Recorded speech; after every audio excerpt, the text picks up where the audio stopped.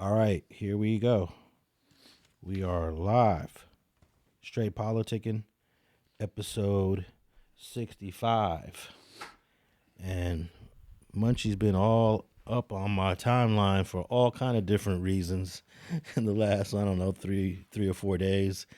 But it's for reasons that don't necessarily, I'm not really a fan of that type of content that you've kind of, I don't know if you've been dragged into it or if you are a participant in it. Which one? What?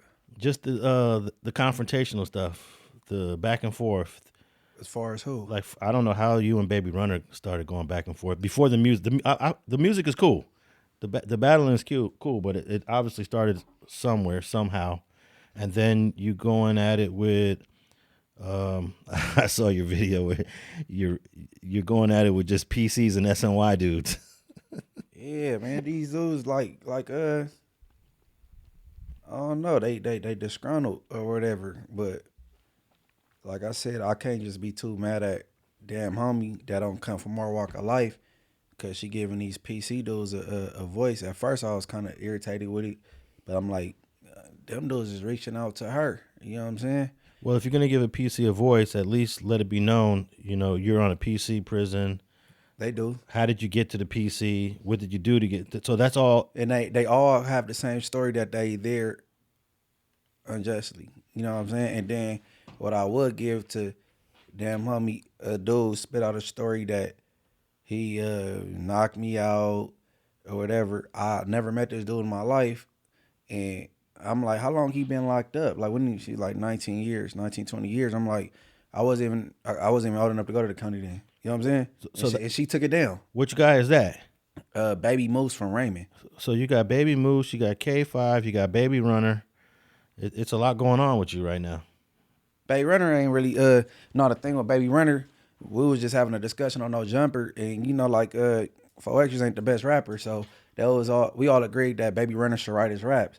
I agreed too, because Baby Runner could rap, but Lush continued to, he's one of the best writers in LA. I said that's cap. Yeah, I'm like, man, You got to give Lush that, because that's what he does for everybody. Yeah, I'm like, but I was like, I F him over in rapping, and he took that as opportunity. Oh, you can't? You know what I'm saying? Then we start verbally sparring. So it ain't really nothing with Baby Runner. You know what I'm saying? It ain't nothing. You know what I mean? Well, it was something. It was enough to get these back and forth going. It ain't too much of nothing with Baby Runner. It's a verbal spar. It's cool. It's cool. It ain't like we dissing each other hoods or, you know what I'm saying, threatening each other, and then it's just some rap stuff with me and Baby Runner, you know what I'm saying? And it's cool that we doing it based on we from rival communities, and you know what I'm saying, we just verbally sparring it out. And then Spider somehow got inserted or injected into the middle of. Spider caught a stray. He caught a stray from Baby Runner in the commission of him dissing me. Spider caught a stray. Spider ain't a fan of the bar he dropped, and in my opinion, Spider could rap. If I was a Spider, you OG with the, I'll go at Baby Runner, but I guess Spider over it. Well, I thought Spider and Baby Runner was cool because they was actually sitting right here on an episode of Facts Over Feelings, and it went very well. Yep. He interviewed Runner and Lupe. Homie kind of like one of the people that made Pac feel comfortable out here. Pac like wanted to be from the hood, but Runner didn't want him to. I didn't see photos because it's like. Nah, he wanted to be from the hood. You feel me? You got pictures. There's pictures with Pac throwing up the hood and shit like that. But Runner didn't want that nigga. He seen like more than that nigga. You feel me? He was like, man, hell no. You sitting out here banging. And back then, like, his word was Loc. He was like Loc versus instead of mobbing every other thing. He used to reference Loc. Come on, man. Yeah, because he was hanging around. This internet shit is getting out of control, man. Yeah, but as far as it ain't nothing with me and Baby Runner. You know what I'm saying? And them dudes on that PCR, really, I voiced this. I'm not a fan of none of these dudes that's doing content from jail. Regardless if they're on a PC yard or not. None of them. Yeah. Blood, Crip, Hoover, none of them. I urge anybody from Inglewood family that want to do it, please don't. And just wait till you come home. Or and if you do it like Man, I don't know, bro. So it started with Baby Braze, J Hood, and then C Star, I believe was the third one. I don't know who started first between Baby Braze and J Hood. They kind of popped out like in the same month. And I thought J Hood's content was cool in the beginning because it was positive. He wasn't he wasn't telling, he wasn't really defaming or disrespecting or down talking people. Yeah, he got sucked into, you know what I mean? So I could probably give it to Baby Brace because he started by accident because he told the story about him and 4Xers catching a fade. It caught, and then he just kept with it. You know what I'm saying? I haven't heard one person that speak from behind the wall that I'm a fan of. Not one. Yeah. I'm trying to trying to think. Well, it's not that many. What is it now? About 5 or 6? Well, here's what it is. A lot of dudes are giving interviews. They don't necessarily have platforms, but Baby Braze, J Hood, C Star, they actually created platforms to speak on a regular basis. But now other people are jumping on. What's the chick's name? Damn Homie. They jumping on platforms like hers, and I'm not sure if they're jumping on other people's platforms. But yeah, now anybody could just get on the tab. I noticed some people are using the tablet, the CDC tablet, which is okay. It's perfectly legal within the guidelines of the prison to get on a tablet and give an interview. Right. I remember I contacted the CDC to see if I can come in there and bring my cameras to do an interview, and they said just do it with the tablet. And I'm like, the tablet is not good quality. I shoot like high quality stuff. So when they said that, I realized that the CDC is cool with people giving interviews with the tablet. Yeah, but how do you monetize? But I mean, I guess if you have somebody operating on the outside for you, got the YouTube channel set up, and then you going in from the tablet, so I guess. But most people that's from behind the walls, they like to do it off their cell phone so they could engage with the live chat. You know what I'm saying? Yeah, that's if you want to. If you're trying to monetize like the first three brothers are, but some people just want to get a message out there. You know, I saw a great interview by a Hoover founder, Hoover Joe. He gave an interview on a tablet on that Hoover platform. Okay. That was a cool interview, actually. You know, bro's doing a life sentence, and he broke down how Hoover started. Okay, I never clicked on it. I assumed he was free when he did this interview, so he did that from behind the walls. Yeah, and he was using the CDCR tablet. Not good quality, very grainy. You can still see him. It still got the job done, but it ain't like TV production quality. Well, I don't think when it come to the prison content, the quality don't matter. It's the context of the content. Well, I guess depending on, because we know where they at. Yeah, but I have a high standard for shooting audio and video. If it ain't a certain quality, I feel like this was not the best use of my time. I was watching the Hoover Joe interview. I thought it was a great interview, but I constantly, my mind is like, damn, this is on a tablet. It's grainy. The quality's terrible. Yeah, you get used to certain like that's like me starting off on street TV, and then when you was urging me to get going on my own channel, and I'm like, yeah, I didn't want to go from sitting right here to go to a phone. Like, it's hard. You feel me? The iPhone is better quality than the tablet that the CDC is issuing. So I don't have a problem using a cell phone as long as you got a mic. As long as you got a mic, you need that audio quality because the mic on a phone is terrible. So I don't want to discourage people from using their phone to create content because the phones nowadays, even going all the way back to an iPhone 8 started to shoot great HD quality. You just need a mic. Skip's entire channel, Skip Townsend's entire channel is off a cell phone. Right. And he doesn't use a mic because he's very close up. When he does his interviews, he's got the phone right in the face of the people he's talking to. So the mic has better quality sound when you're that close. But I have no objection of using an iPhone or a Galaxy, a Samsung phone for creating content, as long as you have a mic. Okay, so all right, so it hit different if say you one of the podcasters that's locked up, right, and you on the a PCR, kind of like J Hood, right? But when you on the good yard, like the dude from Lanes and the dude from 40s, and you running off these stories, you could potentially kick off something. You gotta be careful. Yeah, you do, because you could easily offend somebody, and it go up. That's you know what I'm saying. People now you like if this Don Moot and then ran off a story, or he, you know what I'm saying, and the keyway catch me going to school or going to work, walking on the yard, and they get off on me because it's gonna go up with the Domos anyway. Like, might as well get it going, because if we get off on this dude, it goes up with the whole fraction. Like, we about to get off on the Bloods. Like, you dragging people into your itch because you in there on the phone trying to be Wendy Williams and shit. You know what I'm saying? Like, but I ain't a fan. I don't care where you from. That go for Blood, Crip, Hoover, and like, you know what I'm saying? Like recently, I didn't like that what Tiny Munchie did when he hopped on with the young lady. You know what I'm saying? And he gave his accounts with the whole Mozzy story. You know what I'm saying? I told him all that. I know what I'm saying, I didn't feel that. You know what I mean? But you know, he a grown man. But you know. Yeah, so he basically just jumped on and did an interview. He's not trying to create his own platform. Nah. He ain't trying to create his own platform. But he definitely wants to be heard on certain issues when they come up. Well, he didn't turn down, like doing it, like they were trying to reach out to him to do little stuff. He like, no, I'm cool. But I guess when he seen the young lady going live on Instagram, he joined. You know what I'm saying? And kind of corrected the story for whatever reason. You know what I'm saying? I feel he thought she was cute. One of the reasons that, you feel me? Most people say the girl Jaleesa is pretty. You know what I'm saying? So he hopped on her. That's what I think. Me knowing her, baby. Oh, she's doing interviews too from prison with inmates? Nah, she was just on.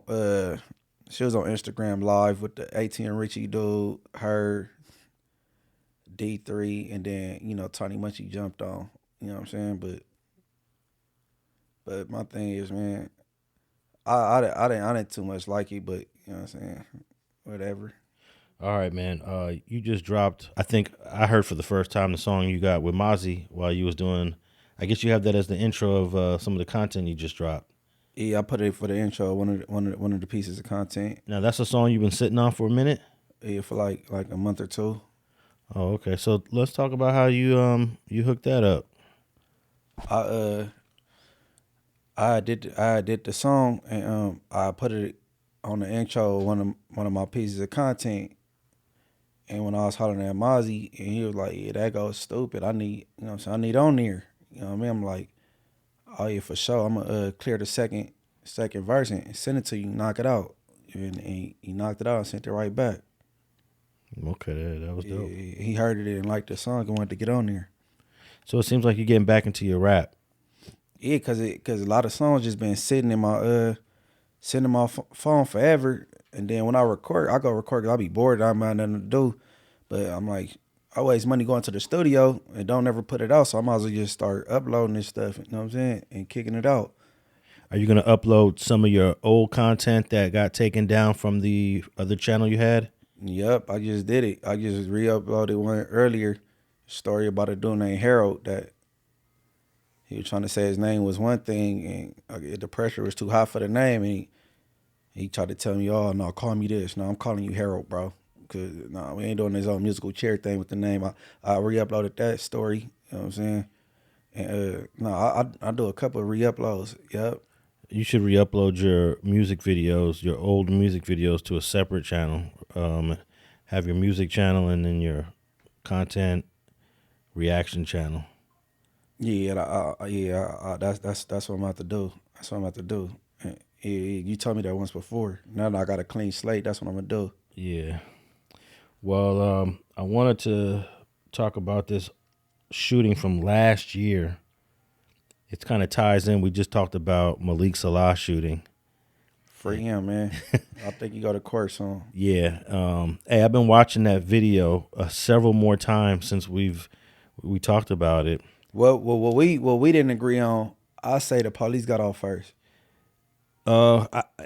Maybe so. Maybe the police did get off first, but maybe Malik started to draw down first. But here's where I may change my tune on it. Remember I said that the police were driving by and they saw Malik Salaah with a gun in his waistband or something. Something alerted them to where they saw him with a gun. And I'm looking back at that little footage of him in the front of the liquor store, and I'm saying, I don't believe they ever saw the gun. I think that when he walked out and then immediately walked back in, that gave the police reason to think that he was deliberately hiding something. And it was obvious. He walked out the liquor store. He kind of looked to his left, saw the cops, and then he turned around and went right back in. I think that's what made him guilty. And if that's what it is, that's not enough probable cause. Right. I thought that they saw him maybe, mishandling the gun on his waist or doing something that alerted the cops that he had a gun. I don't really think they knew he had a gun. I think they had a hunch he had a gun. Right. And that's not enough probable cause to go up to him in the store and start to put hands on him. And I'm sure most people are going to say it doesn't matter now. He ended up having a shootout with them. But I'm looking at it from a constitutional standpoint. If we're going to use the Constitution, you got to have probable cause. Now, of course, I would love to read the police report that these two cops wrote. How are they going to justify stopping their car and then walking into the liquor store to question him if they never saw the gun? And especially if they open fire first. Well, that's a second situation. But yeah, right. That comes into play. So when I'm watching this video over and over and over again, and I'm thinking to myself, if he gets a good lawyer, it's not, you got to get a really good lawyer. You got a possible defense here. Okay. Hypothetically, because we don't know his situation. So what if he was on parole or probation? The cops didn't know that at the time. Yeah, but you know what they'll say is they've been policing this area for some time. We familiar with Malik. He's a Harlem Crip gang member and some parole just released. Like they already have intel of that. That's how they go word it. But that would have came out in the initial reports that they haven't even identified him as a Crip yet in the reports. We know he's a Crip just because I'm from this area. Right. But I think he has a possible defense because here's where Malik messed up. When he walked out that liquor store, there was two other brothers on the sidewalk where he walked out to. If he would have just stayed on the sidewalk and didn't abruptly go back into the store, it wouldn't have alerted those officers that he's hiding something. He should have just stayed on the curb. He should have just stood right there, and they would have just drove right by. But by him walking out the liquor store, unexpectedly seeing the cops cruising down Jefferson, he turned around and went right back in. That's what made the cops think that dude got something. Did we ever, I might be forgetting, did we ever get the names of these officers? I got the names of the officers. And okay, and how long have they been officers, I wonder? I don't recall, but because I'm curious because of the woman. I want to know, you know what I'm saying? Well, I while watching the video again, I didn't realize this, but once the male officer started firing at Malik firing back, whatever they were doing, however the order went, she got so startled, she slipped and fell by the front door of the liquor store, and that was a pretty dangerous situation. Yeah. And then the male officer, he runs out the front door. They retreat, but he retreats before her. Before she all the way out the store? Yeah, because she fell down first. So she wasn't all the way out the store before he started busting back, once he got out? Correct. When he started busting back, they were both still in the store. No. I'm saying when she fell, he was already outside the store. So did he start busting back before she got all the way out? Once he started busting back, and I don't know, I'm saying busting back as if I don't know who shot first. I mean, at this point, he busting back. He busting. At this point, it is busting back. Once he's busting, right, she starts to retreat out the front door. She's in front of the male cop, but she slips and falls. Oh, that's dangerous. Yeah, and she slipped and fell because she was so startled.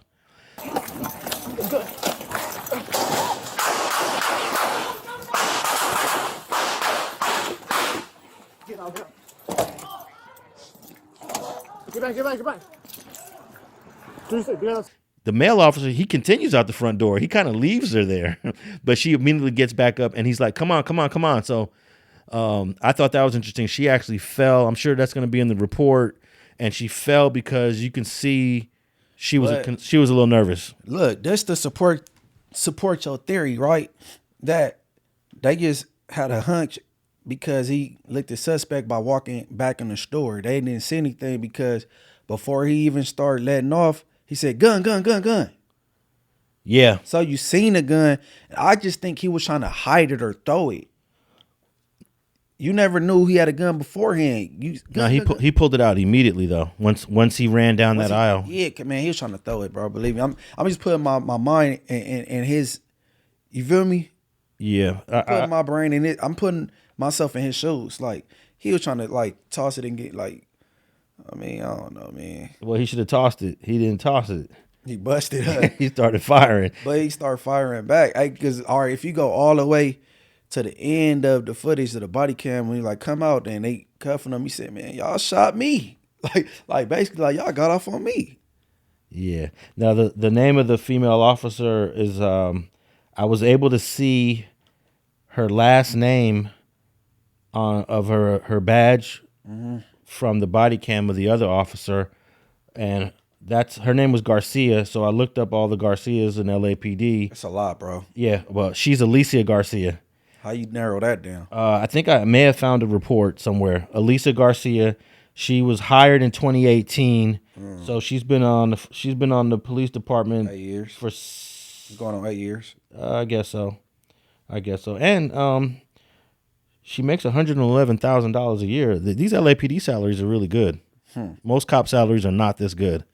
She's got $111,000 in 2024. She's 32 years old and she's 5'6". And She young. Hey, if I was her parent, I would tell her I don't want you being a cop no more. 5'6". Yeah. But yeah, that was a close call for all three of them. All three of them. Man, if you as our parent, you could tell her you don't want her being an officer no more. No, I wouldn't want if my daughter told me she was either going to the military or she was signing up to become a police officer, I would do everything in my power to prevent that. Right. That's just, I'm sorry. That's overstood. Yeah, I don't even want my sons going into the military, let alone a daughter. And then if I'm that male cop that was with Alicia Garza, I don't want this chick my partner. If I'm a cop, I'm sorry. I don't want. You don't want no female as a partner? No, I don't want her as my partner. I saw how she reacted under fire. I also don't want that other officer. We're going to talk about the shooting with Malcolm Gus. The driver of that shooting, I don't want that driver as my partner. I'll take that passenger in a heartbeat. He jumped out. He let off 6 despite getting aired out by a fully automatic fire. But we haven't even got to that part. But I don't want to say Alicia Garza because she's a woman. I don't want her as my partner. I didn't like the way she reacted in that liquor store. That's all. The only way I will agree with you is if we find out who buzzed first. I'm gonna start looking at. I found another video of it has more. It's longer. It's more detailed, and I thought about going through it like frame by frame. Yeah, because she wasn't expecting this fool to just start busting willy nilly. You know what I'm saying? Hey, you never know who's gonna bust. Just like our partner. Like, damn, you trigger happy? Well, she wasn't expecting that, bro.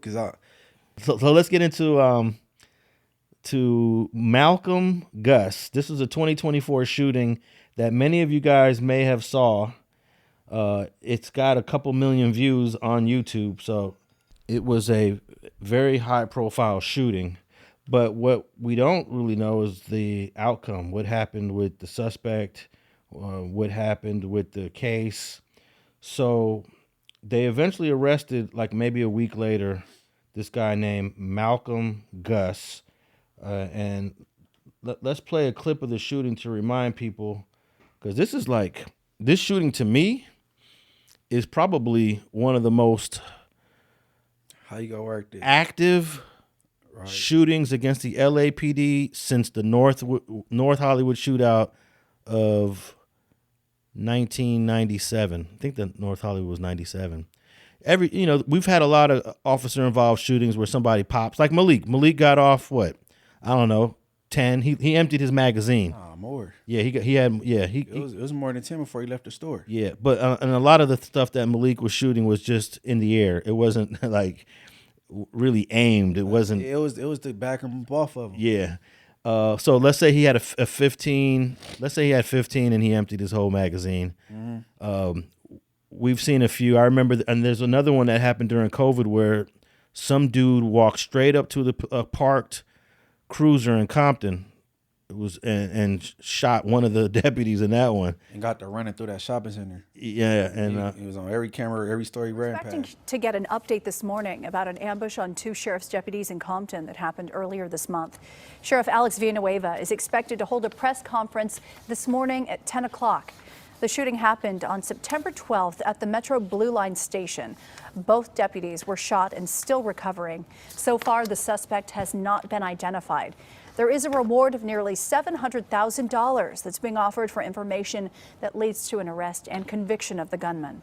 So we've seen a lot of shootings against the cops over the years, but this shooting right here, I tried to count how many rounds this guy shot. It's too rapid. It's too rapid to count. So let me play a clip of this shooting, and then we'll talk about it. Traffic stop. For future location. Adam 44 on Broadway, north of Rosecrans.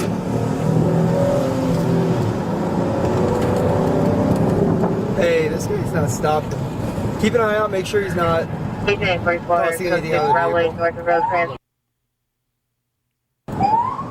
18145, still cancel. You want to call it a reckless or DUI if they take off? He's been swerving. Yep. There we go, PA. Move your hand real quick. Oh, stop. Go,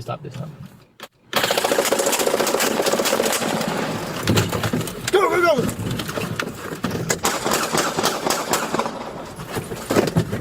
Shots fired, shots fired. Officer needs help. Get the car! What was that? You good? Go! Just go! We're gonna be northbound. Your location. Northbound Broadway from Rosecrans. They hit us with, dude. Hey! No, go. Dude, go. What was that? What was that? I don't know. Broadway. Do you know where they went? No. Do you know where they went? No. No, stop. We're stopping. Adam 44. Adam 44. We're on Broadway and 135th Street. We took shots fired. The car is last seen northbound on Broadway and 135th Street. We We need an RA. Broadway 135th Street. Partner, you okay? I don't know, I'm bleeding. 44, Broadway and 135th Street, alright. Hey, stay away from the car. Last seen northbound Broadway from 135th. Okay, so that was from the dash cam of that LAPD car. We got 2 more clips. Notice he said stay away from the car. What he thought the car's gonna blow up. I'm not sure what he was referring to when he said that. I thought maybe there was other cars in the intersection of where they pulled up, and I don't think they were sure if the shooter was one of those cars ready to return fire, maybe bust a U-turn or something. But I know he got out of there. He was gone. He got up out of there, and he didn't get hit. Obviously, he didn't get hit by any of them 6 shots by the passenger cop. You know, he did his thing, but he missed. The driver, he did jump out, but he didn't get none off. So here we're gonna look at the body cam footage for those that are watching us on video. We're gonna play the body cam footage of the driver now. 45, still cancel. You want to call it a reckless or DUI if they take off? DUI, he's been swerving. There we go, PA. Move your hand real quick. Oh, stop. Go.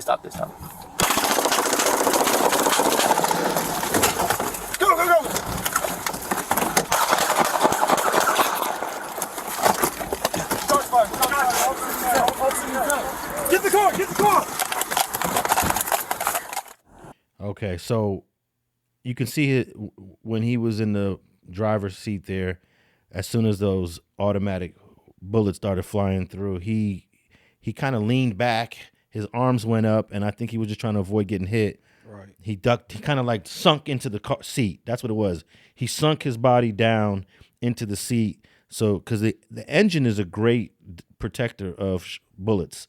Ain't no bullets getting through, the front end of a car and coming into the passenger or driver's side.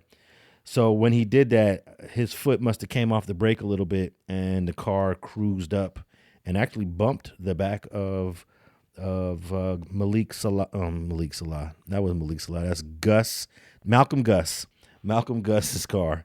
And then we got a third and final angle of the body cam of the passenger officer. Adam 44 on Broadway, north of Rosecrans.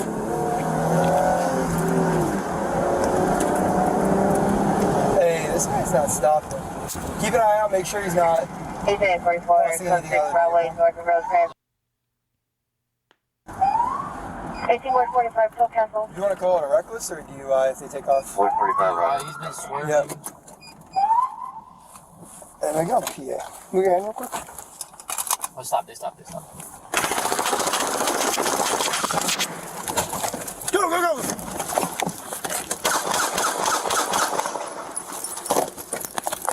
Shots fired. Officer needs help. Get the car!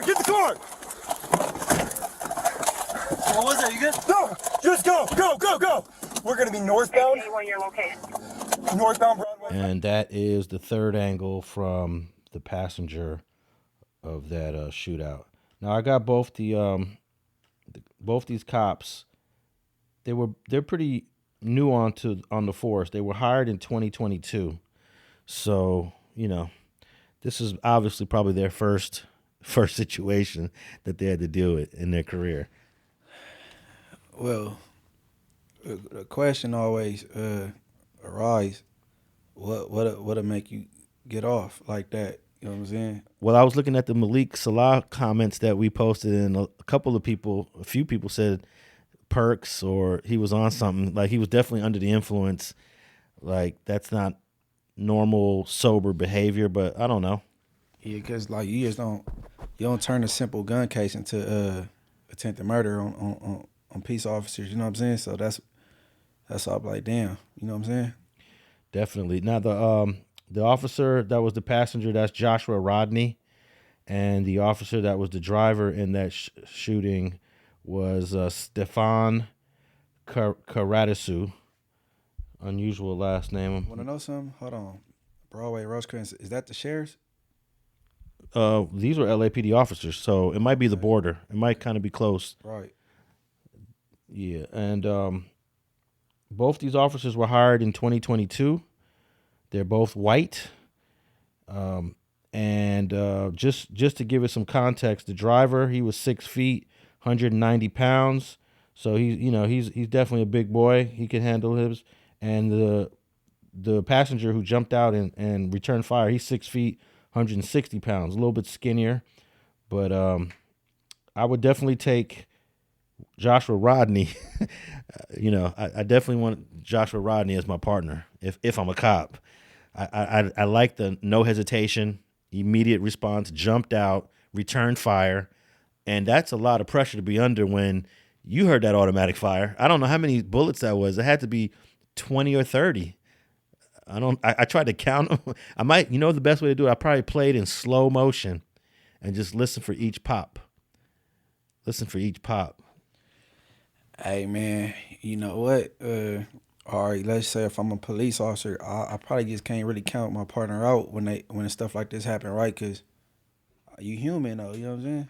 Yeah, but everybody has a different temperament. Right. And like Alicia Garcia from the Malik Salaah shooting, she got a little scared. She definitely was. And you know what? Being scared is probably normal, but you can't let the fear mess up your reaction. Yeah, your fear is supposed to turn into adrenaline. Correct. Right. Her fear could have caused her partner's death. But, fortunately, I was going to say these things don't happen all the time. You might have to deal with this one time as a cop in your whole career, Some cops don't even have to pull their guns out too often. We need to figure that out. How often do these do shots be fired? I'm talking about from suspect to peace officer, not the other way around. Because it's often with the officers. Yeah, it doesn't happen that often. It doesn't happen that often. So that's the good thing about it. Okay, so remember Malik Salaah, he got a $3.2 million bail in 2025, just a couple months ago. Malcolm Gus, his bail was just $2 million. He had in 2024. So I thought that was unusual. And Gus has 7 prior convictions for minor stuff, burglary, receiving stolen property. I shouldn't say minor. I shouldn't say just not violent felonies. Right. Non-violent felonies. Right. So he has 7 convictions, and his bail was $2 million for airing out these 2 cops like that with fully automatic fire. Explain that one, man. I guess maybe Malik background is more like, you know what I'm saying? Well, one thing I found interesting, both these guys are in their early 30s, right? Malcolm Gus was 31 years old when this shooting happened. He's 32 now. That whole shooting went through the court system pretty quick. It happened in July of 2024, and dude is in reception right now. He was already found. He went to trial, was found guilty, and he was found guilty of multiple counts. He was acquitted of one of the counts he had, but he was found guilty of 2 counts of assault on a peace officer with a machine gun. That's an interesting charge, with a machine gun. So the machine gun is probably an enhancement.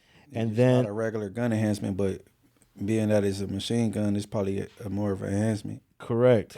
And then he was found guilty of felon with a firearm.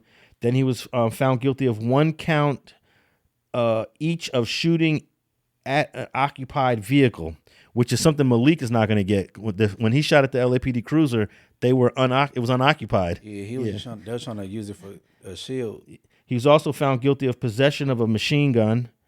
They did eventually recover that gun a week later. Don't know the details of how that happened.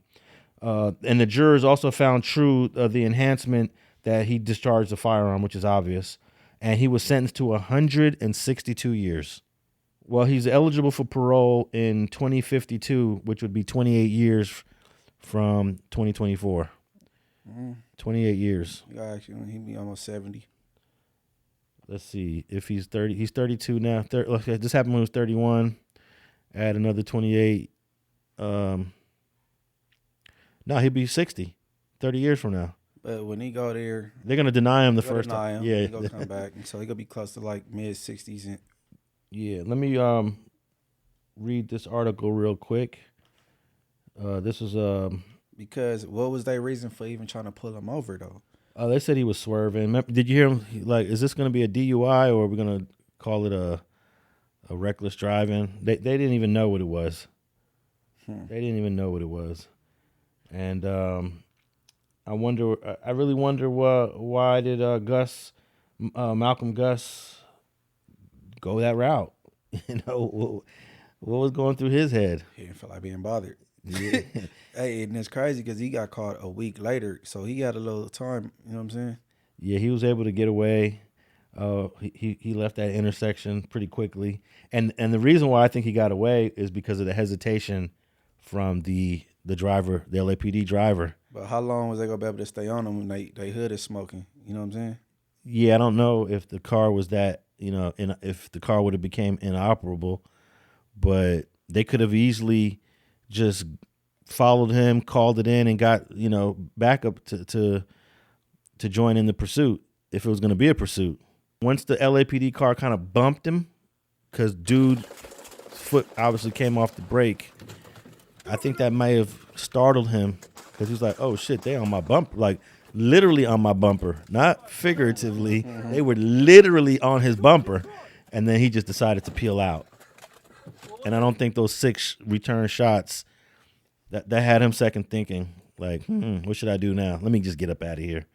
I already did my big one. Large one. Man, hey, I'm surprised he was at large for a week. All right, here's the article. He did get life. Ex-convict who was found guilty of assault and other charges for opening fire on a police patrol car in South LA, causing minor injuries to the 2 officers, was sentenced to 162 years to life in state prison. So he did get the L on there. Malcolm Gus, now 32, was convicted last month of 2 counts each of assault on a peace officer with a machine gun and being a felon with a firearm, along with 1 count each of shooting at an occupied vehicle and possessing a machine gun. Jurors also found that he was guilty of personally discharging a firearm.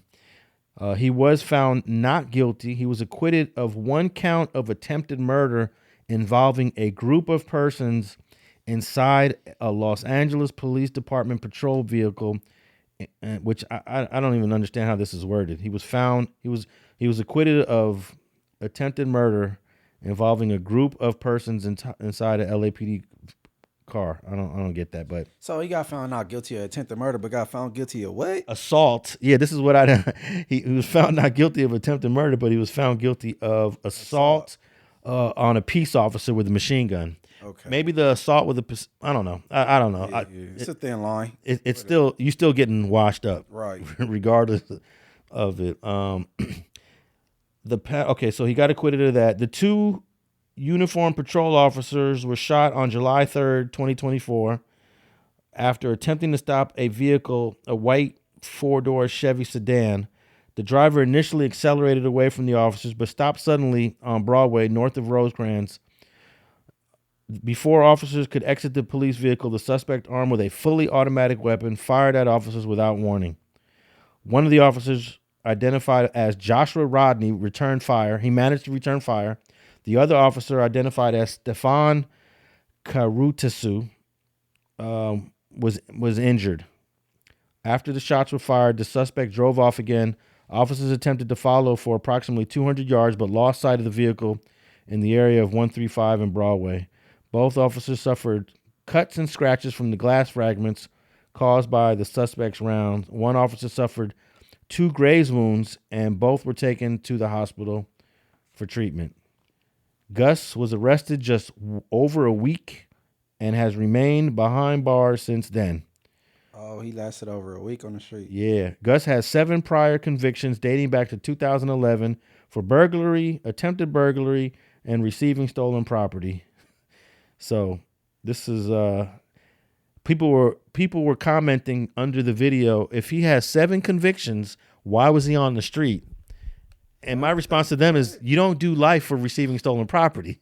You expect for him to stay in prison for how many years for RSP? The word conviction just sound, you know what I'm saying? So they don't really understand. No, they don't understand. But I don't even think they care to understand. They feel like if you've been to jail for 7 felonies, why are you still free? And that's why the whole 3 strikes thing came out. You got 3 felony convictions. You did your time for those 3 felony convictions, but then you repeat again and you repeat again and you repeat again. Well, that's just the nature of our sentencing. You don't go to jail for 15 years for receiving stolen property. It's a felony, yes, but you're only going to do a year or 2 for that. After a you go over a certain amount, it's a felony. Yeah. Right? Like over like a certain dollar amount, then it become a felony. So I wanted to give the people an update on that shooting. I'm going to try to get an update on the Compton shooting. I think that dude is still in court, but I'm surprised how quick this settled out. Well, that Compton shooting, that could easily be an ID case because everybody that was watching via the internet was trying to figure out, was he black or Hispanic? Yeah. I remember that. People were like, no, that's not the way a black person runs. Right. So that could turn into an ID case. Yeah, because the footage was kind of great. But this one could have been an ID case. You can't see Malcolm Salaah at all. But who's the you put his last name with his first name. I'm sorry, gosh. Yeah, Malcolm Gus. Malcolm Gus. You can't see Malcolm Gus at all. But who was that car registered to though? You got the dash cam with the license plate. Yeah, I'm sure they figured out how to find him. But in that footage, he is not identified. You can't see him. You don't even know if how many people are in the car. Obviously, he was the only. Female or male. That'd be best if it was a female though. But And then the cop said, "Oh, they stopped." When he said "they," you're thinking it's more than one person in the car. There was only one. Well, according to all these reports, he was the only one in the car. You would never know. Yeah. I mean, you might as well not tell who you was with. You getting washed up anyway. And you the shooter? Hey, the passenger's innocent though. Unless what if the passenger was the shooter? we don't know. But possibly because he probably trying to kick the door open and run, and the passenger got the busing. Now that you say that, why did he say they stopped? I don't know, but man, look, this go back to the old telling on the dead thing. Let's say I was the passenger and I started shooting, and the driver ended up going down for it. When I die, when you come on appeal, man, tell them that who did it and the truth, and give evidence to why. Run that same car for fingerprints. His prints is in there. I promise it was him. Tell on me if I pass away for sure. Yeah. I don't agree with he telling on the dead. He can't come back and do that time. You know what I'm saying? But it could have been a passenger in there now that you said that.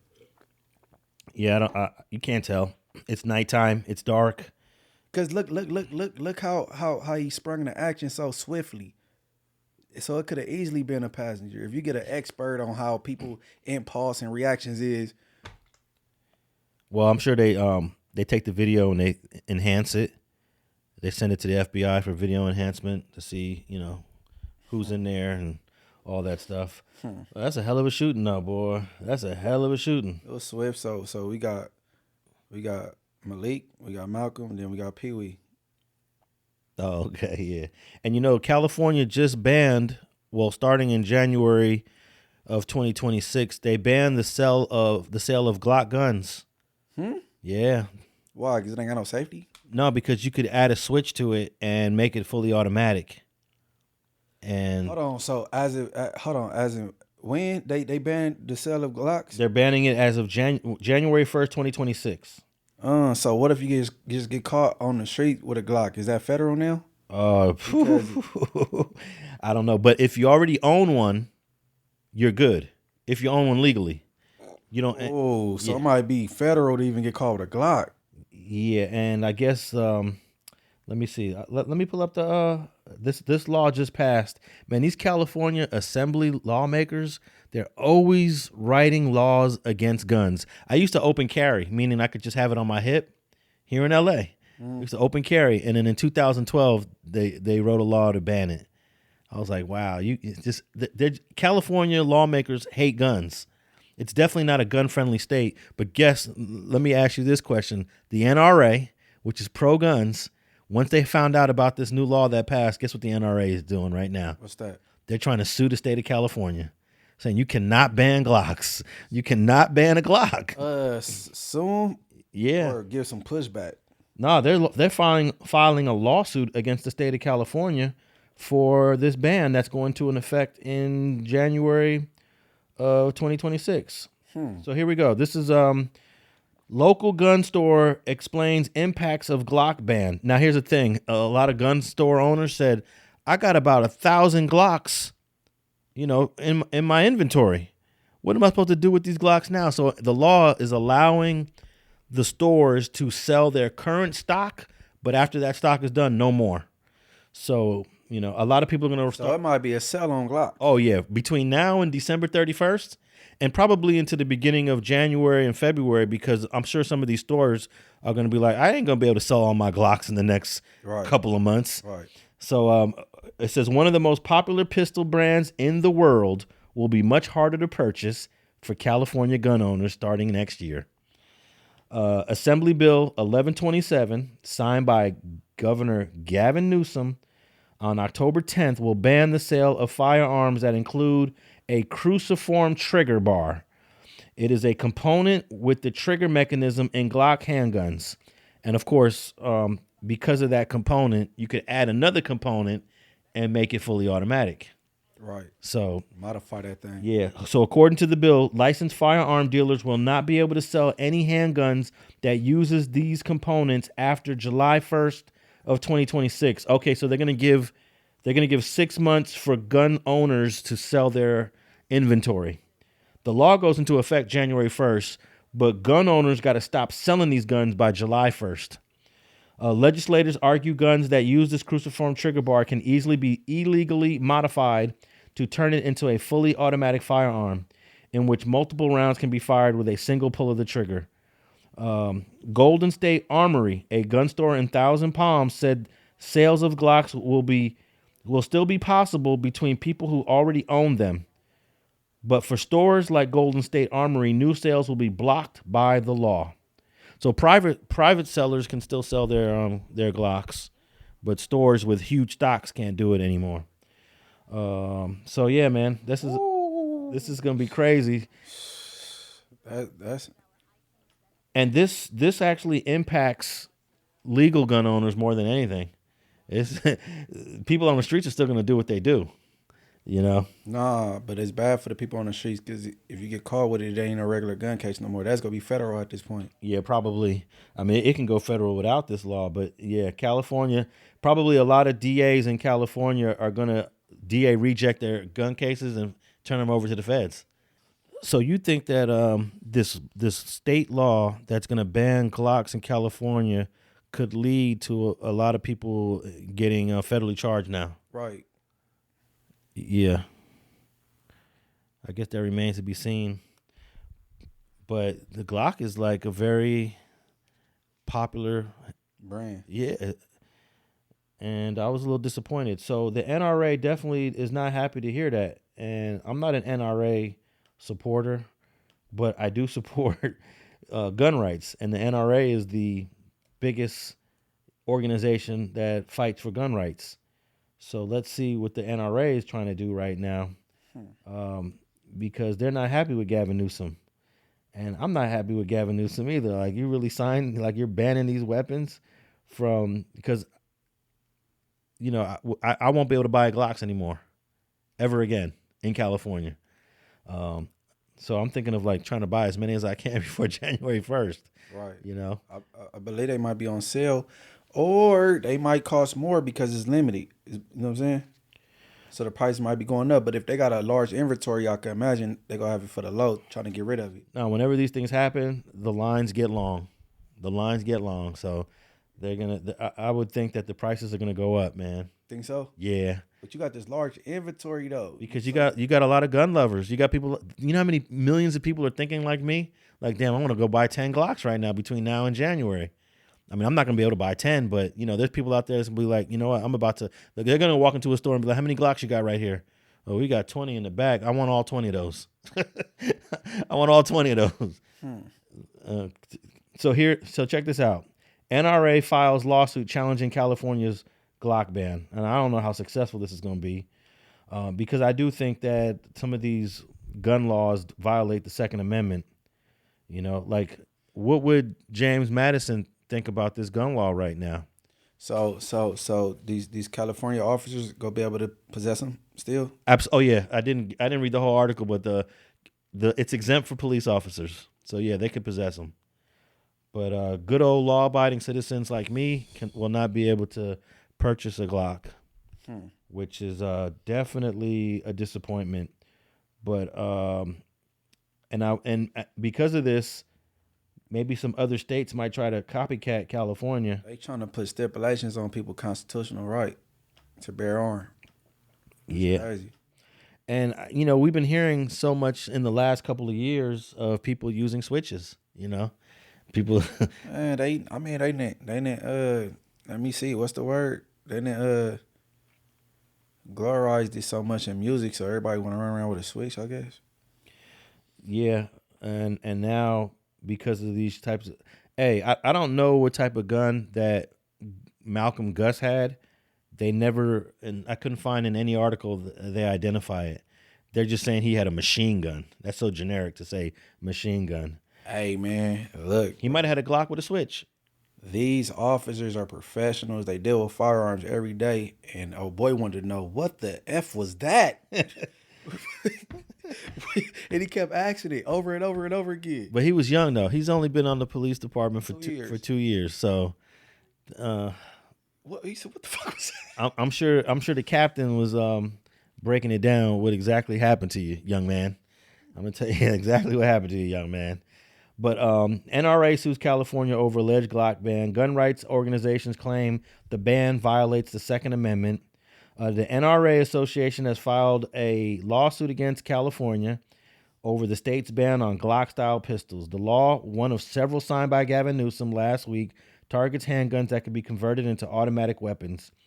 The National Rifle Association Institute for Legislative Action said AB 1127 is an attempt to further villainize certain categories of firearms and advance California's gun ban agenda.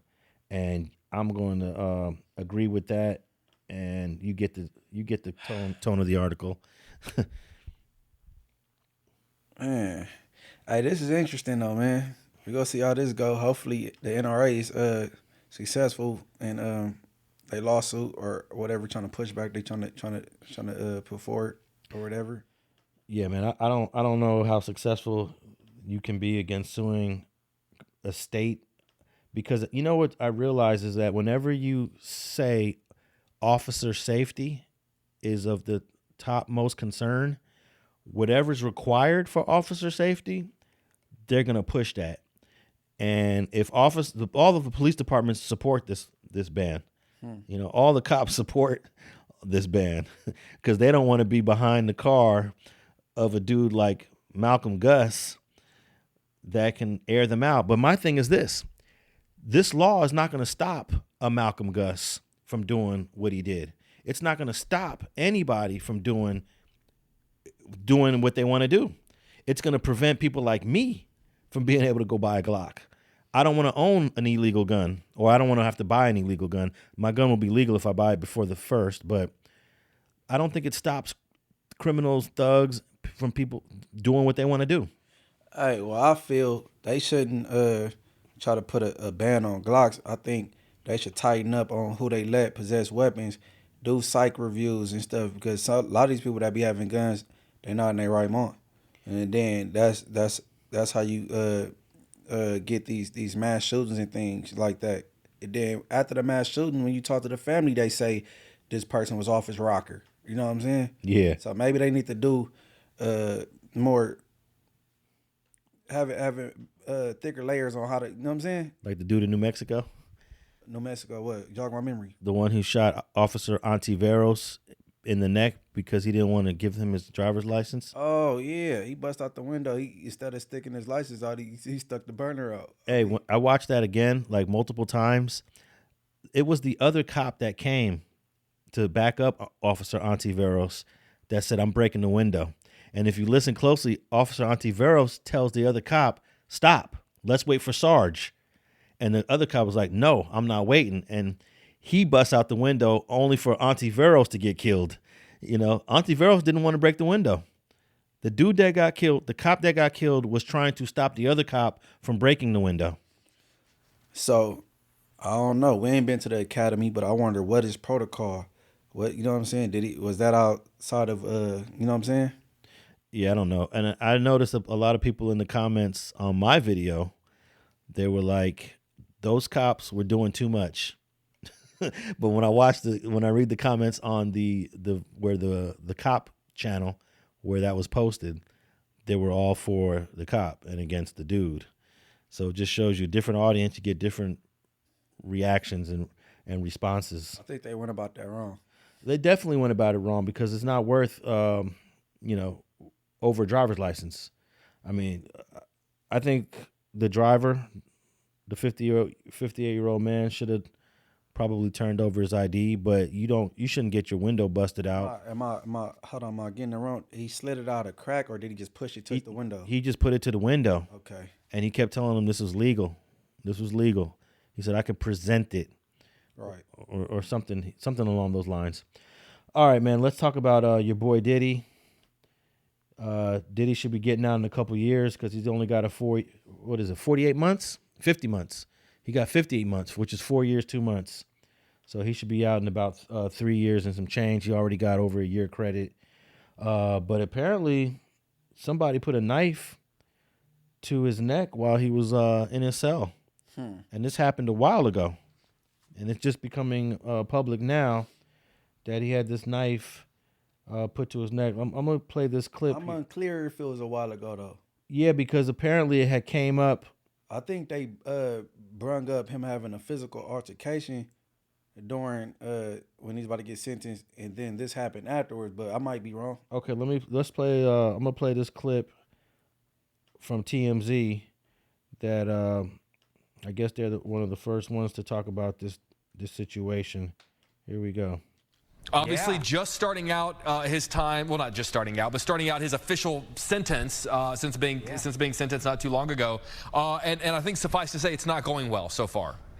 Yeah, no, you're absolutely right. I mean, he's got 4 years and change that he's going to ultimately have to serve. Although he has served already a year as he awaited his trial and then went through his trial. So ultimately, probably he was going to serve about 2.5 years or so. But it's still serious time that he's going to have to serve, and he has already, at least if you listen to people close to Diddy, been the victim of violence behind bars. So there was an incident that we first learned about 2 weeks ago during Diddy's sentencing hearing, and he said, I was sleeping in my bed in the prison. It's a federal detention facility in Brooklyn called MDC Brooklyn, and there are federal inmates who are in many cases waiting for their trial as well. And Diddy claimed that somebody held a knife to his throat. He woke up and this guy basically had him, and he had the knife, and Diddy was at this person's mercy. Now, it's unclear what exactly happened from there. Was there a guard that came in? Did Diddy somehow fight this person off? Well, seems unlikely that happened. Or did the person just leave? Bottom line, this guy, at least according to people close to Diddy and Diddy himself, could have hurt him badly or even taken his life. And I think that was something they wanted known during the hearing because they wanted the judge to take some pity on Diddy. It probably. So yeah, this was known prior to him being sentenced. Why is it just known? Now it's because it just dropped after him being sentenced. He been sentenced for some time now, and it's just dropping like this morning or yesterday. So why is that coming out now? TMZ be accurate. I think they got it a little off. I think he had a physical altercation leading up to that. I don't know, I could be wrong. Whatever. Yeah, but man, hey Puffy, man, you in there with the big dogs now. That's not Drake. You can't just slap him. That's not what's up, boy? He blew up his car. Is it Kid Cudi? That ain't Kid Cudi blowing it. Now they gangster like you try to be. You know what I'm saying? You waking up with a knife to your neck like you in a cell with Chucky. So this information dropped in this article based on one of Diddy's friends, I guess, going to the media. It says here, one of Diddy's close friends is speaking out about the terrifying moment the mogul woke up in prison with a knife pressed to his neck. Charlucci Finney says the attack went down during one of the nights Diddy was spending at MDC. The incident that first came to light during Diddy's sentencing. Okay. Sources familiar with the situation have confirmed its authenticity to us. Finney told the Daily Mail that Diddy woke up with a weapon to his neck just seconds away from serious harm or death. He says he doesn't know if the guards came to break it up or if Diddy fought the guy off. Sources familiar with the situation confirmed the details to TMZ. Finney imagines the inmate's intent was to intimidate Diddy, particularly in a notorious facility like MDC. He added, prison isn't just a safe place anymore. Convicted in a case related to sex, and he's worried about Diddy's safety. Hey, this seems like it's all based on self-reporting. I want to know if the MDC is reporting this. Nah, that's what I'm saying. It's all self-reporting. Nah, that's a friend of the family that be coming with his sons to court every court date. That's reporting this. Charlucci Finney. And you know what's funny about Finney? He said that was an attempt to intimidate Diddy, but that ain't gonna happen because he from Harlem. I think maybe they came out with this story to get some sympathy for him during his sentencing. Yeah, but that ain't gonna work because it ain't even documented. But even if it is documented, well, he said, "What? Prison not safe no more." When was prison safe? Yeah, prison has never been safe. Well, that's not no vacate place. Man, listen. It's funny. He said it was an attempt to intimidate him but that ain't gonna happen because he from Harlem. That was his exact words. They didn't put it in there, but that is funny. What Harlem got to do anything? Yeah. They interviewed this. Finney dude? No, they interviewed this prison consultant named Sam Mangel, and he told TMZ that Diddy's next prison won't be as nearly as dangerous as MDC, but it sounds like Diddy needs to keep his head on a swivel in his current lockup. And that's true. The MDCs and the county jails are always where it goes up more. Once you get to where you're going to serve your time, for the most part, it's going to be less drama, but hey, it can go up. You know, we got 3 or 4 prisons here in California. It still goes up. Right. It's rocking and rolling. Yeah. Centinela, High Desert, Kern, and I'll throw Lancaster in there on the 4-yard. High Desert, Salinas Valley, and one more. Kern. Kern got an active yard where it goes up. Man, hey, look. When have prison ever been safe? Yeah. Like, I don't know, man. And I was just thinking that we need a new prison movie. I used to watch prison movies all the time. I used to love prison movies. To Live and Die in L.A., that had some great prison scenes. Lockdown, Civil Brand. We don't have a modern, like, in the last, 5, 6, 7 years. They need a real consultant. You know what I'm saying? Yeah, definitely. Like, don't, because people, it can't be like, you know what I'm saying? Hey, we've never seen a prison movie that actually talk about the Deuce Fivers. Talked about what's going on in these yards today, like prison gangs, the Bloods and Crips in prison, Mexican mafia in prison, the PC yards, the 2-5ers, all of that stuff. A movie that talks about all these characters. Hey man, I might put a script together. We need a good movie. No, I might put it back. I got a lot of intel and people I could refer to. You know what I'm saying? Gather. The beginning of the Constitution, whether it's BL, UBN, go find some keyways. That was Blue Note, and you know what I'm saying. Hey, did Peabody give an interview from his? It was on his tablet. Damn, homie. Yeah, I saw that. That's crazy. What's crazy about it? That she was able. How did she reach out? Because man, she the voice for the PCs. Yeah, Peabody. He on a bad yard now. How he got there, I don't know. I don't want to overstep but whatever. Like, what you mean? Like, damn, homie is the voice of the SNY yard. Okay, so that doesn't. There's nothing really miraculous that she's doing because it's easy to get anybody on those yards. Because Peabody got a name. I forgot though. You're right. Peabody did go to a different yard, and I guess he's now easily accessible. Yeah, people want to tell their stories on why they there unjustly. You know what I'm saying? If I'm using the word, whatever. You know what I mean? But hey, my jail career over. I ain't. I don't know. Well, Diddy might get pardoned by Trump. At least that's what some conversations are claimed to have taken place between Trump and his staff in considering Diddy for a pardon. Man, hopefully he do pardon him, right? Because that dude ain't no hardened criminal. You know what I mean? Like, that he not no hardened criminal. And whatever happened to that pastor he used to party with, he went silent. Oh, T.D. Jakes? Yeah, what happened to T.D. Jakes? I don't know. His name came up a lot when Diddy was first arrested. He went silent and everything. Yeah, something's up with that guy, T.D. Jakes. I don't quite know, but I haven't really had much interest in finding out what his link or his connection is. But I think there's a good chance that Trump may pardon Diddy because he pardoned Harry O, Michael Harris, Kodak Black, Lil Wayne. Yeah, who else? Let's see here. Let me. Did he pardon Big Meech's brother? I don't know. Or he's got out because of some COVID stuff. No, I don't think he pardoned Big Meech's brother, Southwest T. All right, I got this article here from NBC News. White House officials pushes back on the report that Trump is considering pardoning Diddy.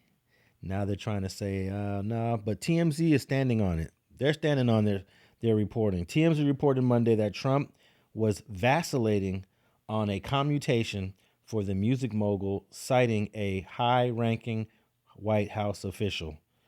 And since we say TMZ usually gets it right, there's probably some truth to Trump considering Diddy for a pardon. He's not a hardened criminal, bro.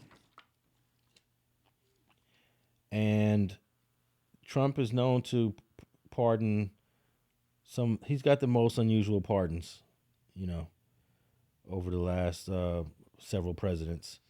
White House officials on Tuesday pushed back on the report that Trump is considering. Well, it's not even a pardon; it's a commutation, which is a lower level below a pardon.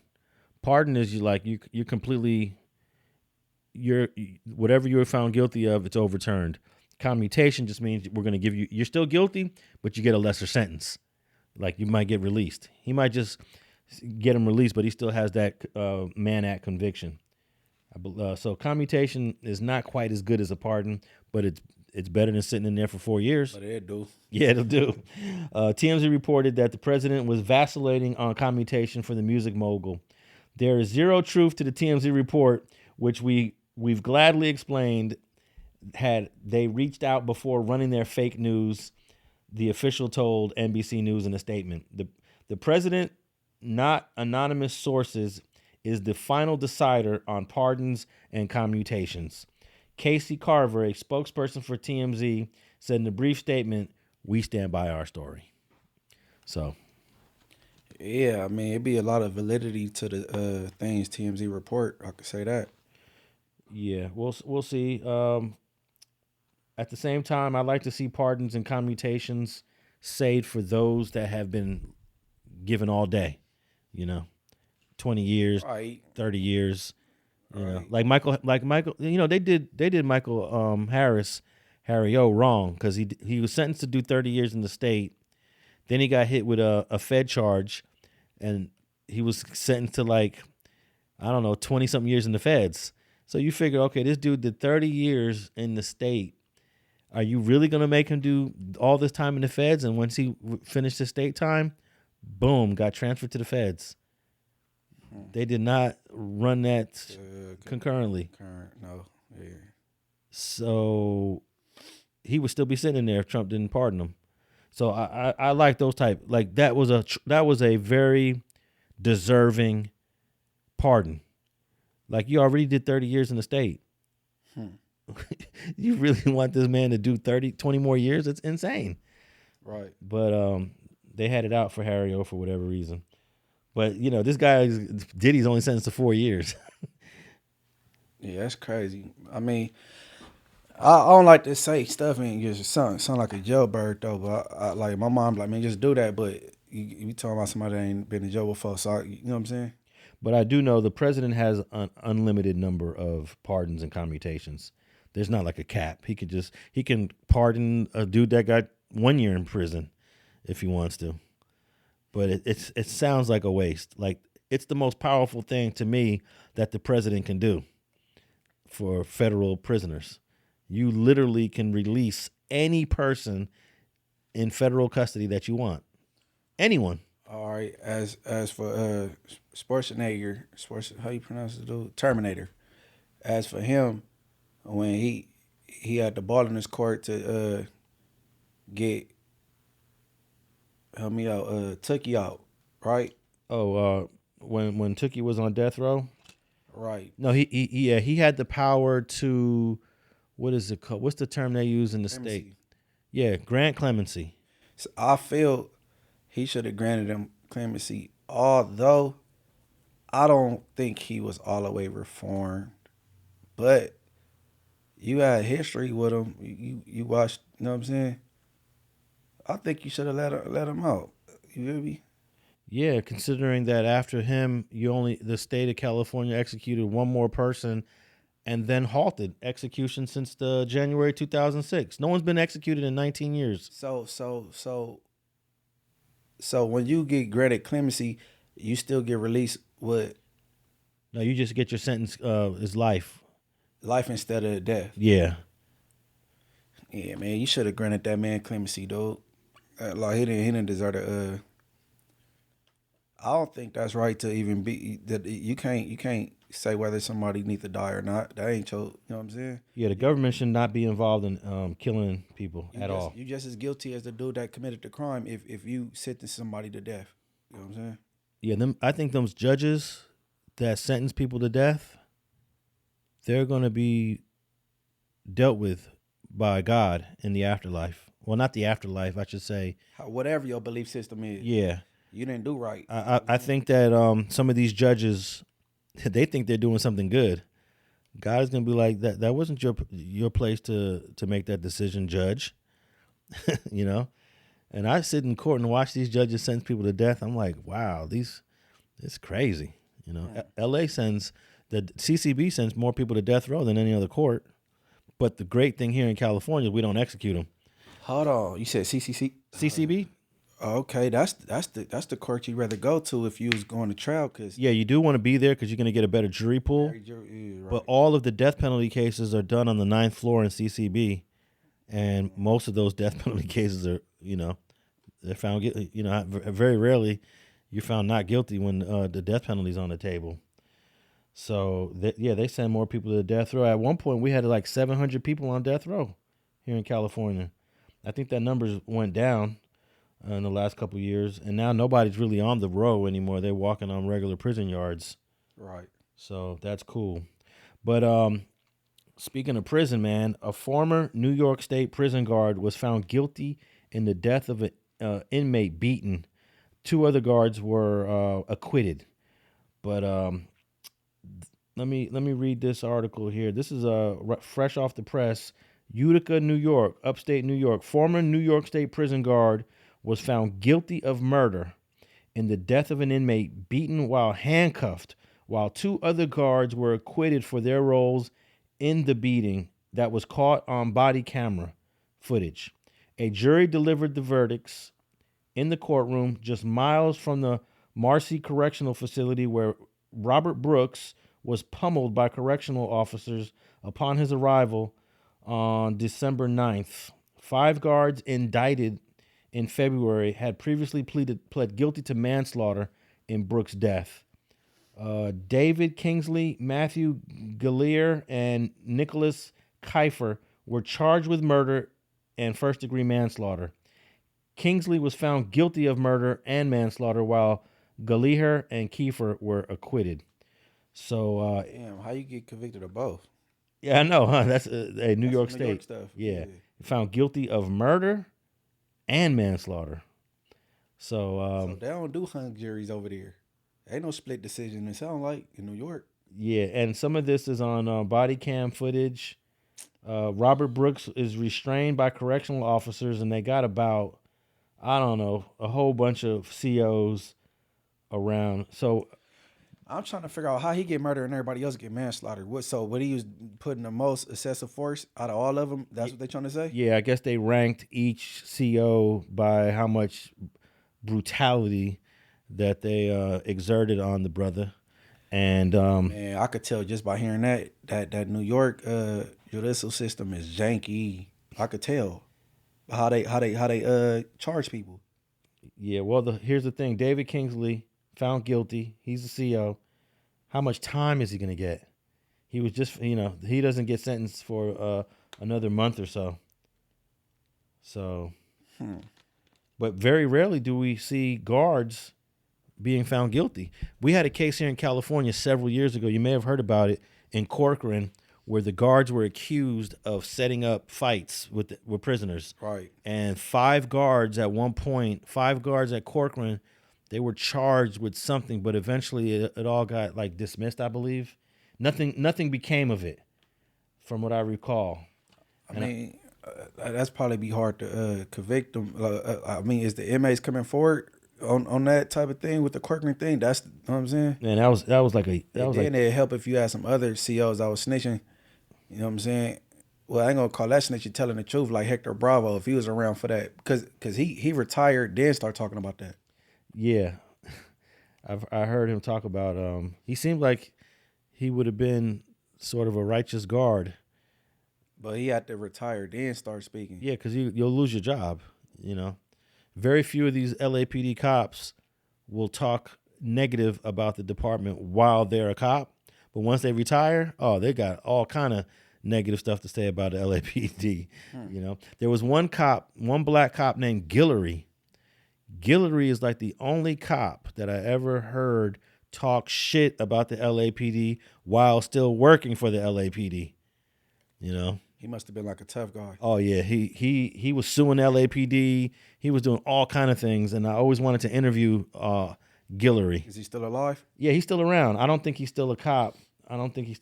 But it's very rare that you get these cops to talk shit while they're still a cop. You know, but that Corcoran thing was really interesting because it showed that a lot of the conflict and the fights that were happening on these yards were all behind the guards setting them up. Right.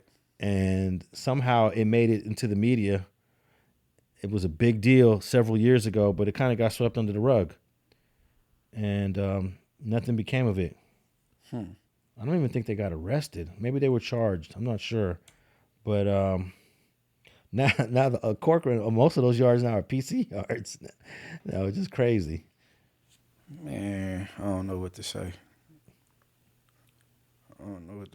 Yeah, I was trying to look up to see if any of those Corcoran guards were arrested back then. But it says here, most recently, a Corcoran State Prison correctional officer and an inmate were charged in December 2024, conspiring to violate another inmate's rights. That's some new stuff.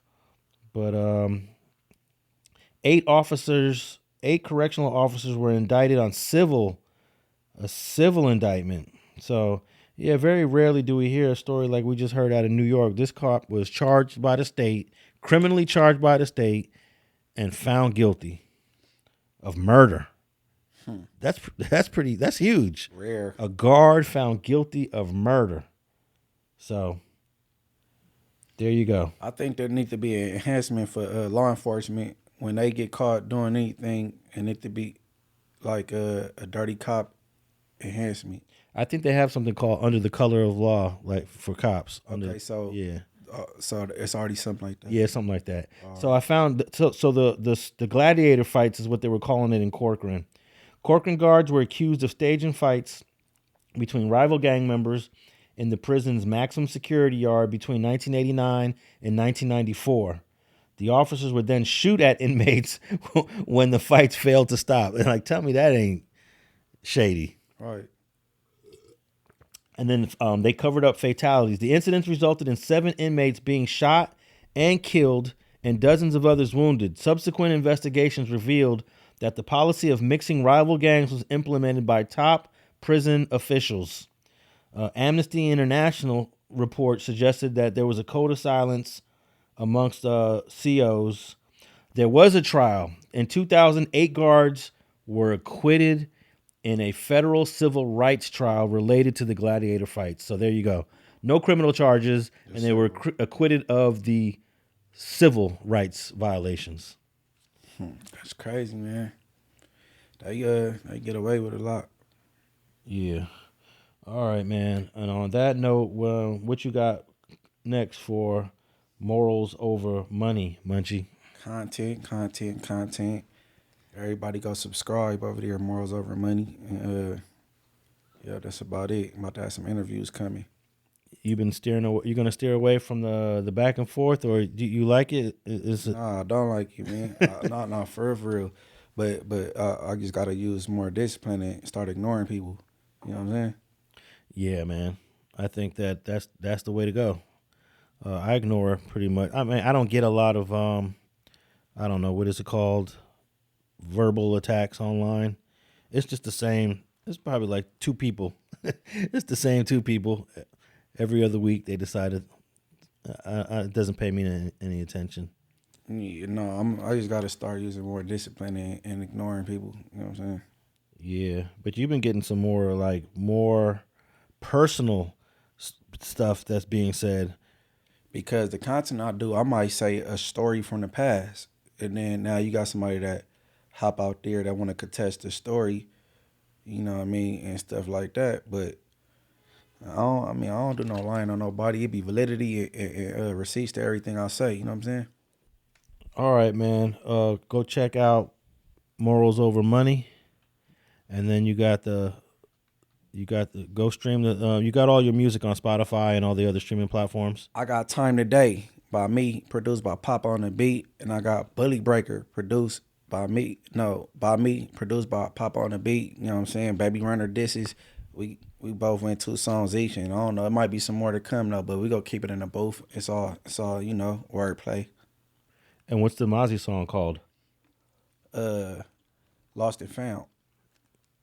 Okay, tap in. Honestly, I was juggling names because, you know what I'm saying, because it ain't even out yet. I was about to call it Boogie Down and Lost and Found, like, I don't know.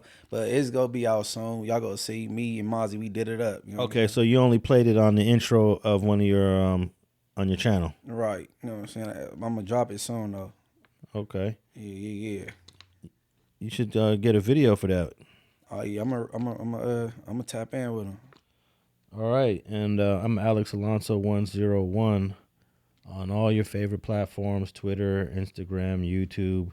And if you're listening to us on the audio platforms, be sure to leave a rating and review. We're also on YouTube, clips available for all episodes.